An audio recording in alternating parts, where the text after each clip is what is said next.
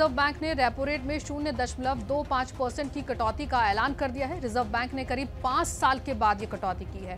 केंद्रीय बैंक ने monetary policy committee की मीटिंग के बाद शुक्रवार 7 फरवरी को ये फैसला लिया। 25 बेसिस पॉइंट की कटौती के बाद अब होम लोन, कार लोन समेत कई लोन सस्ते हो जाएंगे। इसके अलावा EMI में भी कुछ राहत मिलेगी।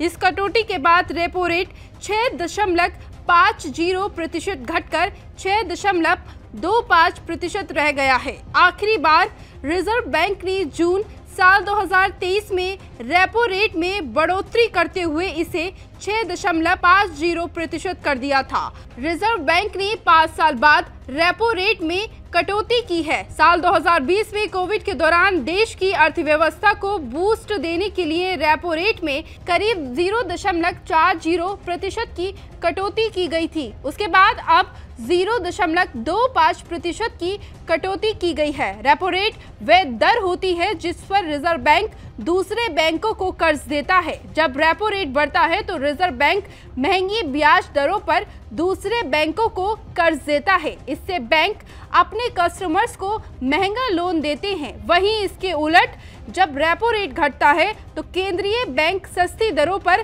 कर्ज देता है और बैंक लोन सस्ता कर देता है। इसमें home loan, car loan, personal loan आदि शामिल हैं। जब रेपो रेट कम होता है तो लोन की ब्याज दर भी कम हो जाती है। इससे EMI भी कम हो जाता है। मान लीजिए कि आपने 20 लाख रुपए का होम लोन लिया है और लोन का ब्याज 8.5% है, जबकि टेन्योर 20 साल के लिए हैं, तो इस हिसाब से EMI बनेगी 17,356 रुपए। लेकिन RBI के 0.25% के ब्याज कटौती करने के बाद लोन का ब्याज रह जाएगा 8.25%।